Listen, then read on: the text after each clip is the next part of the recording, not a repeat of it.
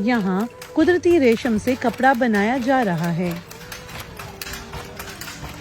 मोनू गुज़िश्ता कई साल से सिल्क फैक्ट्री की इन पावर लूम्स पर अपने हाथों के जादू से दुनिया का उम्दा तरीन रेशम का कपड़ा बुन रही हैं।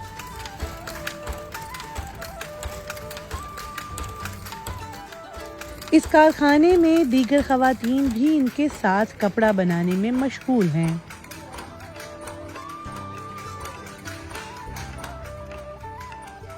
थाई सिल्क विलेज थाईलैंड के शुमाली जिला सेनकैम्पैंग में कायम सेरीकल्चर यानी रेशम साजी का बड़ा मरकज है।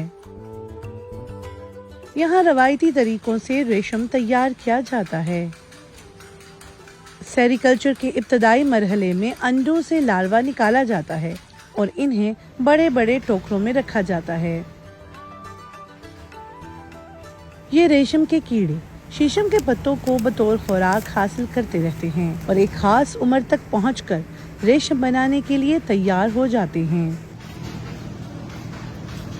इन कीड़ों को फिर दूसरे टोकरे में अलग कर दिया जाता है, जहां वो काकून की शक्ल में रेशम बनाना शुरू कर देते हैं।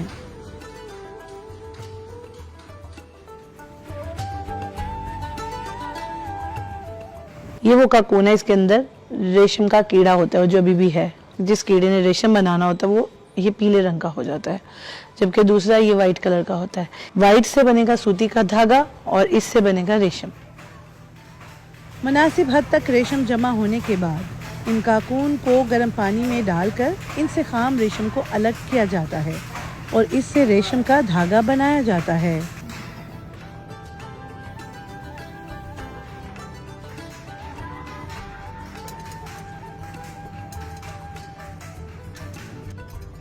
अगले मरहले में इन धागों को रंग किया जाता है और फिर रंग शुदा तैयार धागे को रीलों पर भरा जाता है, जो बाज़ कपड़ा बुनने के लिए मैकेनिकल लूम्स में काम आती हैं।